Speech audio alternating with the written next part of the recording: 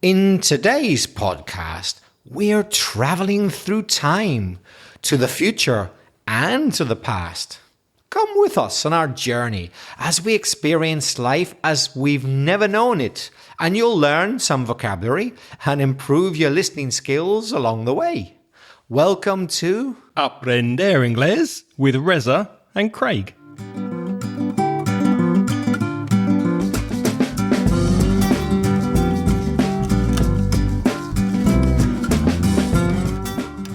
Hi, I'm Reza. And my name's Craig.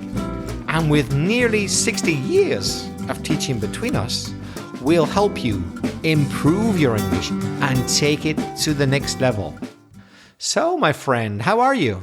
I'm very well, thank you. And you look wonderful. You've had your hair cut, which looks really, really nice. Yes, it was long overdue. And it was long. Yep, long overdue it was to get it cut. The expression long overdue means that something should have been done a long time ago. So cutting my hair was long overdue because it was very long.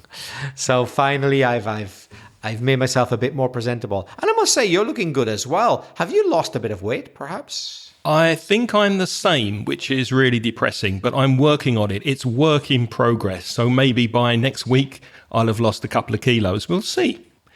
But first this week, we are really pleased that we have italki sponsoring this episode again, because long-time listeners may remember that italki were a sponsor a while ago, and thankfully they've come back to sponsor the podcast again. So what is italki? italki.com. Well, if you're looking for a private teacher, you will find teachers on italki.com that will help you with private lessons that are tailored to each student, which means they're designed especially for you.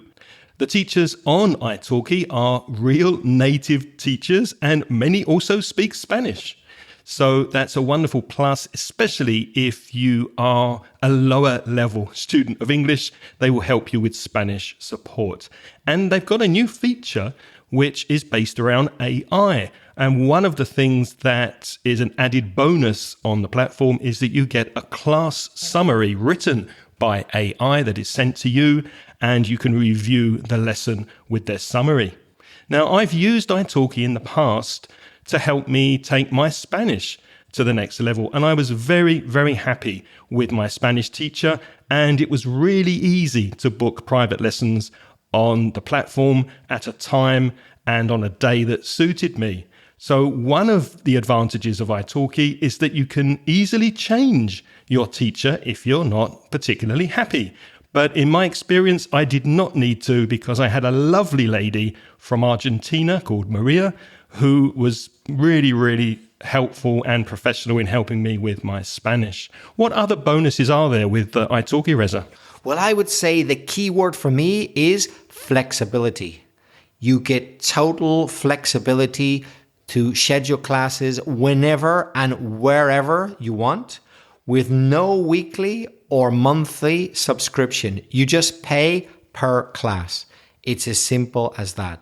And what's more, as a little added bonus, you get 3 trial classes to see what you think, to try it out at a very reduced price, just so you can find the perfect teacher. So you could have 3 trial classes with 3 different teachers if you like, and then choose the one that you think best suits your requirements.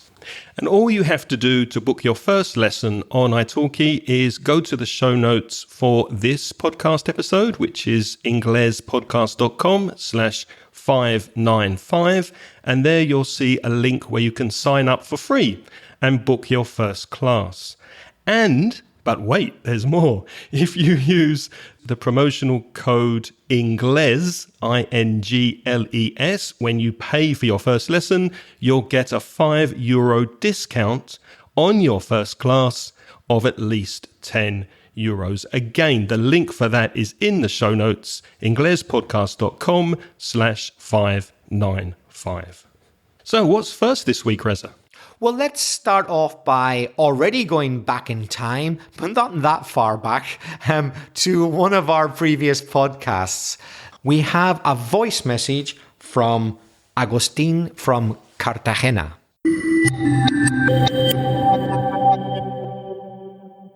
Hi, Craig and Reza.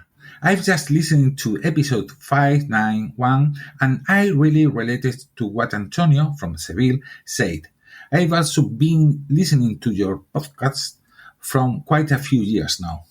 I guess that makes me an alcoholic too. And I totally agree with Antonio when he says that your work is a gift to humanity and that he considers you his friends, even if you haven't actually met.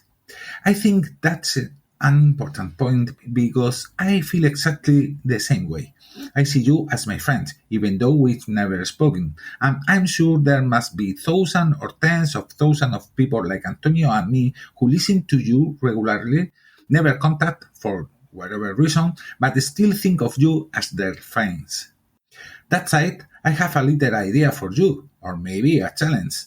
How about I lend you my time machine and you travel to the past or the future to explore the context of the era you visit, and then record one or several podcast episodes about it? Of course, you are probably thinking I have been smoking something funny. But remember, imagination has no limits. Thank you so much for your amazing work, for your time, and above all, for being who you are. See you soon.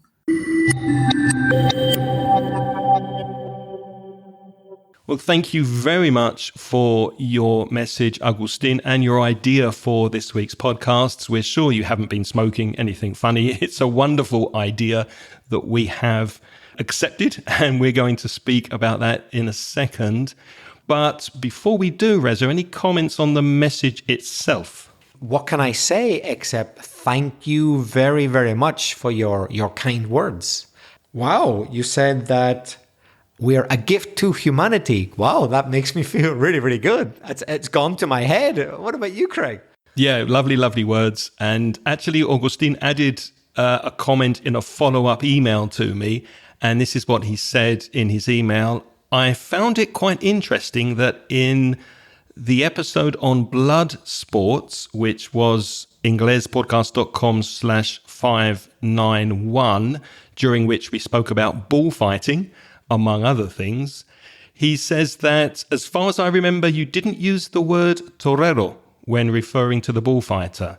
In fact, that word is much more common in the bullfighting world than matador, which was the word we used.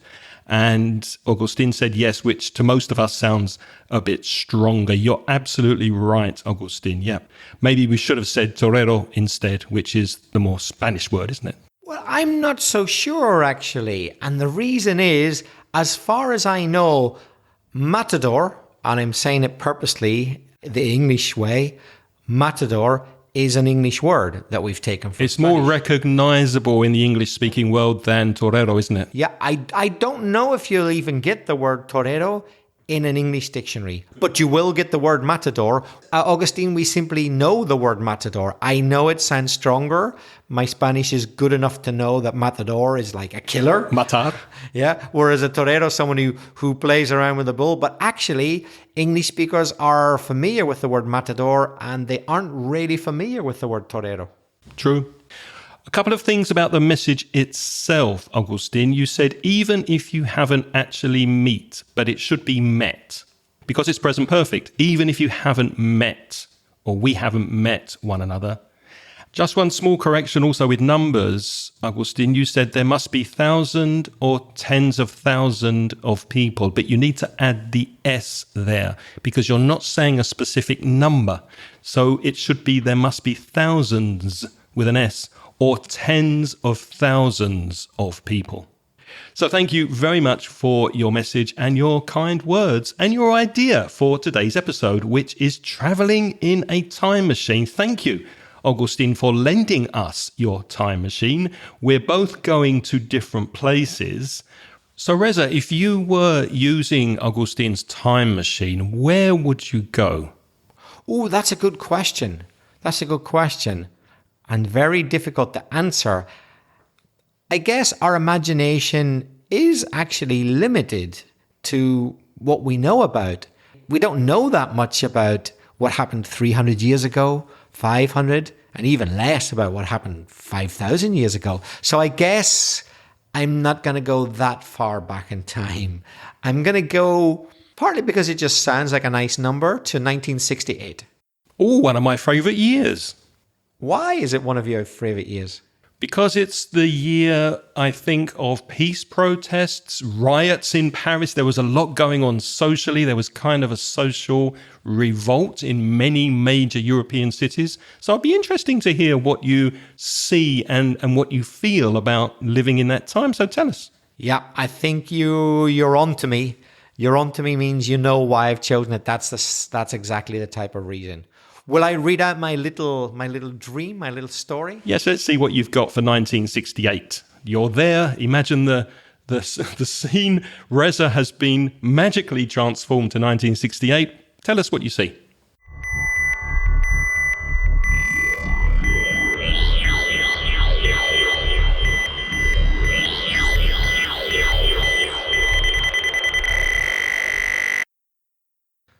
There are cars, buses, motorbikes, and bicycles, as well as pedestrians moving around the town, but not that many. People seem to be walking about more slowly than in 2025, for example. They look a bit less stressed and more alert to what's happening around them. Nobody, obviously, is carrying a mobile phone or any other digital device. I notice how much more eye contact there is. Some men, young and old, have short, well-combed hair, are clean-shaven, and they're dressed smartly. Several wearing slim suits and shiny shoes. Other younger men, on the other hand, have long hair, look kind of scruffy, are wearing clothes of bright colours and... Sorry, what does scruffy mean? Scruffy means not neat, not tidy, not organised in your appearance. So they look kind of scruffy and they're wearing clothes of bright colours and bold patterns, you know, flowers and things that attract your attention. And many of these younger men with long hair also have beards and or bushy moustaches. Bushy? So bushy, like a bush. So a bush is like kind of a tree which grows at a low level. It doesn't grow up high. So if you can imagine that there's a lot of growth in their moustache, it's a bushy moustache. Not very popular now, but it was in 1968. Older women, specifically older women, are dressed in plain coloured clothes. So not bold, plain coloured clothes with skirts and dresses down to their knees or maybe even their ankles. And a lot of them are wearing hats in 1968.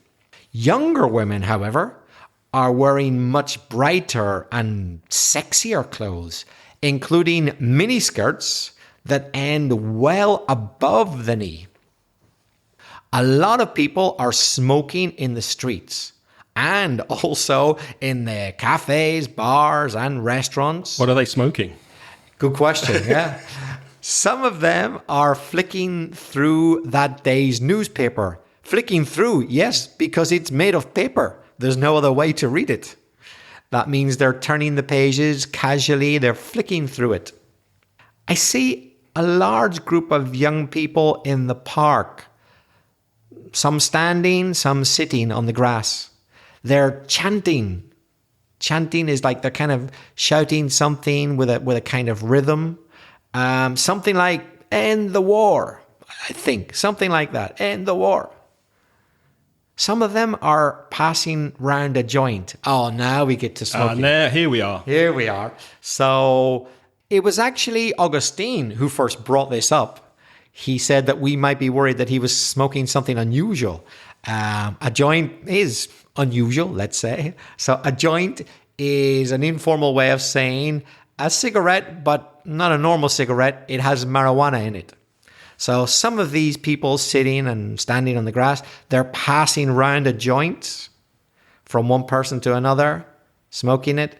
And some are stopping passers-by and offering them small flowers and pamphlets.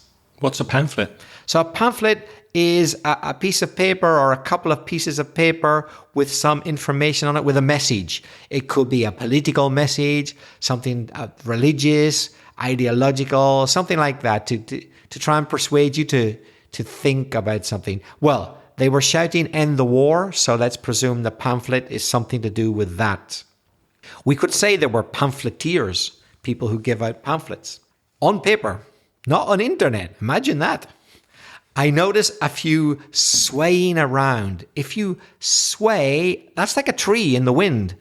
Whenever there's a strong wind, the tree moves around a little bit. From side to side. Yeah. Side to side. So these people are swaying around. And then I pick up the sound of a few people playing an acoustic guitar and singing a bit further away. I cannot hear their words exactly, but they're singing about peace. I see that some older people are observing the younger ones in the park from a distance, scowling. That means they got a look on their face like they're not really happy. And they're also looking bemused. If you're bemused, you're not quite sure what's happening. You don't really understand. And they're muttering their disapproval. To mutter is to speak under your breath, so people can hardly hear you, like saying, "No, I don't like that. What I do, I don't like that." You can barely hear what they're saying. They're muttering their disapproval. They don't like what they're seeing. I approach the younger crowd in the park, and quickly some woman with long hair and a bandana in her hair comes over to me and hands me a flower, saying, "Hey man, peace to one and all." She's smoking something. I don't think it's an ordinary cigarette. I think it's one of those joints. And I think she's a bit high. Not tall. She's not very tall. She's high. If you're high, it's nothing to do with the size of your body. It means that you have taken a substance which has affected your behavior, like a joint, for example. But she looks happy and smiles at me, swaying around to the distant music. So she doesn't bother me. Quite the reverse. In fact, I feel a certain chilled optimism in the air.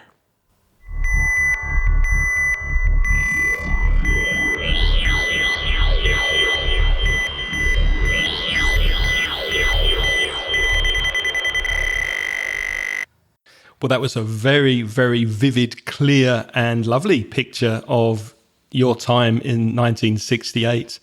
And I heard there was some kind of expression at that time where people were, is it tuning out or opting out of society and not wanting to be part of the usual kind of day-to-day life controlled by the government. Do you think a similar thing might happen soon? People getting fed up and a bit angry, perhaps, with right-wing politics and austerity? Well, I don't know about just specifically right-wing politics. Politics in general, right, left, centre.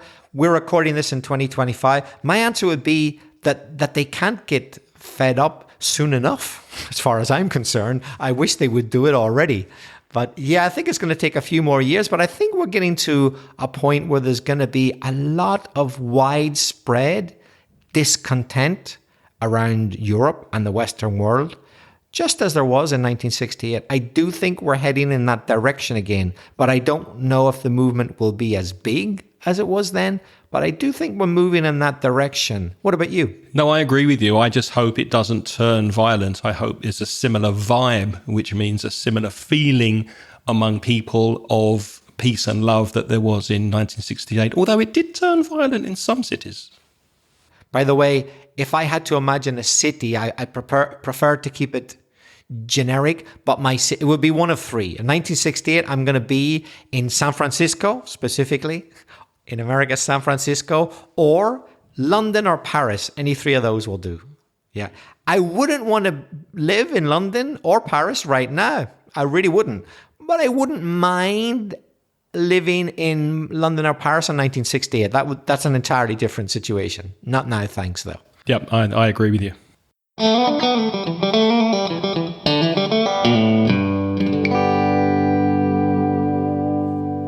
Let's take a quick break here because I know you listen to this podcast to take your English to the next level.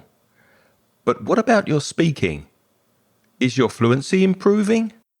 Are you happy with your speaking skills? My conversation course focuses on making you a more confident and more fluent English speaker. You'll join me and a small group of motivated students, and we'll meet on Zoom and have topical discussions, role plays, debates, and presentations that will expand your vocabulary and help you express yourself effectively in English. So be proactive and take the first step towards becoming a confident and fluent English speaker. Send me an email today to craig@inglespodcast.com and I'll send you details of the next online conversation course. Thanks for listening. Now let's get back to the podcast.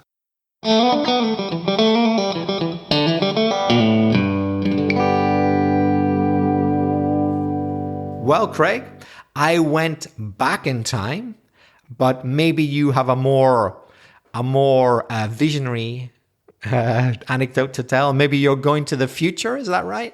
I am, and thank you for lending me Augustine's or passing to me Augustine's time machine because I am going to the future. So for me, I'm going forward 50 years to the year 2075, and this is what I see and feel in the future.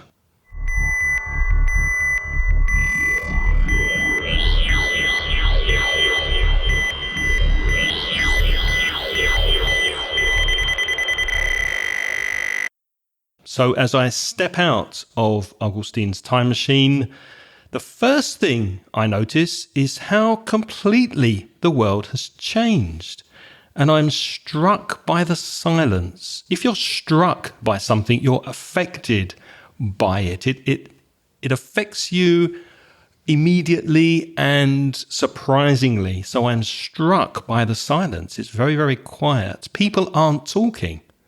And the vehicles are humming, but there's hardly any traffic noise. A hum is similar to the noise a bee makes. It's So that's the noise I hear in the streets. No loud engine noises. There are small drones flying quickly through the air like metal birds, and they're delivering boxes and packages and even food to people's homes. The streets are very clean and very quiet, with cars that drive themselves. Most of the cars do not have drivers. There are no drivers behind the steering wheels, which really surprises me. Some people are traveling in small flying vehicles or small drones. They're actually sitting in the drones, while others are walking through bright green parks where the trees give off a soft light during nighttime. And that phrasal verb to give off means to emit. They're emitting this soft light at nighttime. Everywhere I look, technology and nature seem to live together in balance.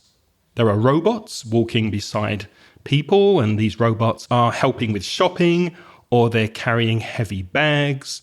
Robots are picking up rubbish in the streets, and they're also cleaning the windows of huge buildings, high skyscrapers that are covered in green plants. And suddenly, these really colourful holograms appear in front of me. Suddenly, in the air around me, these holograms are advertising products and services. I can't see any LED screens in the street, just these holograms that are three-dimensional, and they appear in the air in front of me. And most people are not using phones. That really surprises me. I can't see any mobile phones. They're speaking through small devices in their ears, or even by thinking.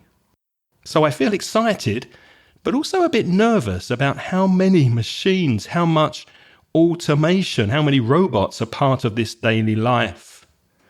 The air feels fresh and cool on my skin, and I can smell plants, and there's clean energy. There's no pollution in the street.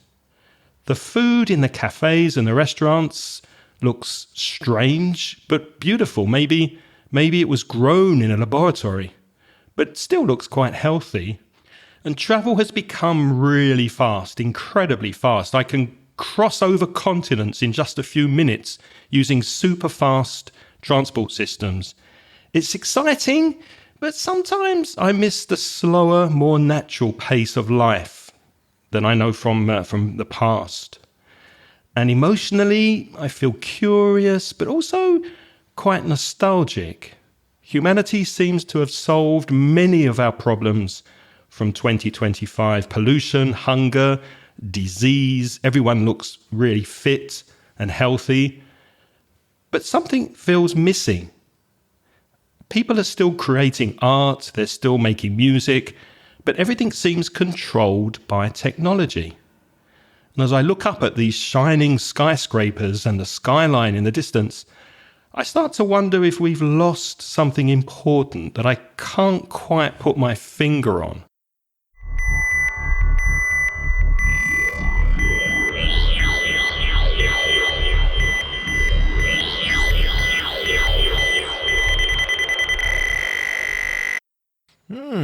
So you've left me wondering there. This thing that you can't quite put your finger on. You don't mean physically. You don't want to touch something.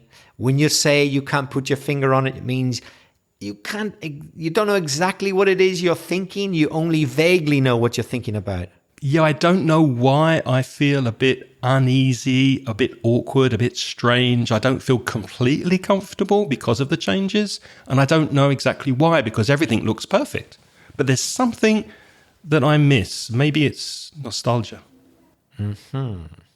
But now it's your turn to practice your English. Where would you go in a time machine? We challenge you, as Augustin challenged us, to describe a world in the future or in the past. Where would you go in Augustin's time machine? Send us your voice message and we'll include it in a future podcast. Now, if you contact us in the normal way, and we'll tell you how in a minute with your voice message, you only have 90 seconds.